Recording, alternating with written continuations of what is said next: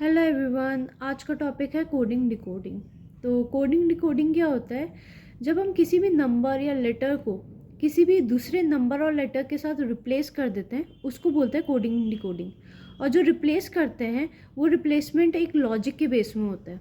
Logic हो सकता है या तो हम ऑपोजिट कर रहे हैं, मतलब कोई भी लेटर है उसका ऑपोजिट लेटर उसको हम यूज़ कर रहे हैं, या तो एडिशन के बेसिस पे हो सकता है या तो सब्सट्रैक्शन के बेसिस पे हो सकता है।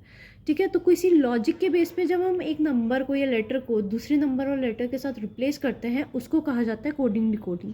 कोडिंग और डिकोडिंग में सबसे इंपॉर्टेंट होता है कि हम उसका अल्फ़ाबेट का नंबर्स पता कर ले कि कौन सा अल्फ़ाबेट किस नंबर पे स्टैंड करता है। जैसे हमारे पास 26 अल्फ़ाबेट्स हैं, तो इसका भी एक लॉजिक होता है कि किस तरीके से हम लर्न कर ले कि कौन सा अल्फ़ाबेट किस नंबर पे होता है। उसके साथ साथ इंपॉर्टेंट है कि उसके ऑपोजिट पढ़ लेना कि ए के ऑपोजिट जेड आता है, बी के ऑपोजिट वाई आता है, सी के ऑपोजिट जेड आता है, एक्स आता है। तो उसके साथ अब टाइप्स, कितने टाइप्स के होते हैं कोडिंग डिकोडिंग? एक होता है लेटर कोडिंग, एक होता है नंबर कोडिंग, एक होता है सब्सटीट्यूशनल कोडिंग, एक होता है न्यू पैटर्न कोडिंग। ठीक है, सिंपल है कि बस एक नंबर या लेटर को किस बेसिस पे हम क्या रीज़न लगा के हम दूसरे नंबर और लेटर के साथ रिप्लेस कर रहे हैं, उसका एक एग्जाम्पल। अब हमारा फर्स्ट क्वेश्चन क्या है? If slides is coded as TKJCFR then paste will be coded as. तो हमने स्लाइड्स लिख लिया, इसका रिप्लेसमेंट क्या है? TKJCFR। अब हमें ये फाइंड करना है कि स्लाइड्स का रिप्लेसमेंट किस बेसिस पे TKJCFR किया है। तो स्लाइड्स के S के बाद क्या आता है? T, यानी कि +1 किया है। L के बाद क्या आता है? K, सॉरी, L के बाद क्या आता है? M, लेकिन यहाँ पे K लिखा हुआ है जो कि K आता है L से पहले, तो यानी कि -1 कर दिया गया है यहाँ पे। अब I के बाद क्या आता है? J, तो यानी कि यहाँ पे +1 किया गया है। D के बाद क्या आता है? E, लेकिन यहाँ पे क्या है? C, तो यानी कि ये क्या है? एक बाद में, यानी कि -1 कर दिया गया है। यह है E, E के जस्ट बाद में क्या आता है? F, तो यानी कि +1। अब यहाँ पे है S, S के बाद क्या आता है? T, ठीक है, लेकिन यहाँ पे क्या है? R, तो ये क्या है? -1, S से पहले लिखा गया है यानी कि -1 किया गया है। तो वैसे ही नेक्स्ट कोड लिखेंगे हम, पेस्ट। S का +1 T होता है, तो P का +1 क्या होगा? Q। A का -1 क्या होगा? Z। S का +1 क्या होगा? T। T का -1 क्या होगा? S। E का +1 क्या होगा? F। S का -1 क्या होगा? R। तो आंसर क्या है? Q Z T S F R, answer निकल गया। अब नेक्स्ट उसी तरीके से कोडिंग है। If tools is coded as, tools को कैसे कोड किया गया है?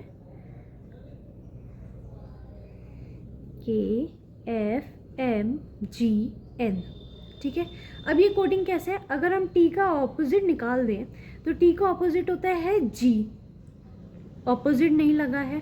ठीक है, अगर हम यहाँ पे देखें +1 करके देखें तो +1 में भी नहीं आ रहा।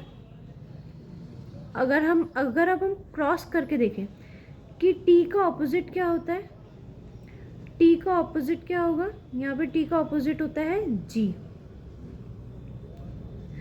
और अगर हम -1 कर दे G में से तो F आंसर आ रहा है, यानी कि ऑपोजिट में -1 किया गया है। अगर O का ऑपोजिट देखेंगे तो O का ऑपोजिट होता है L, लेकिन यहाँ पे आ रहा है K, तो L से पहले क्या आता है? K, तो यानी कि -1। अब हम O का फिर से निकालेंगे तो O के ऑपोजिट होता है L, ठीक है, और इसमें आ रहा है M, तो L अगर ऑपोजिट होता है तो M एक जस्ट बाद आता है, तो यानी कि +1 किया गया है यहाँ पे।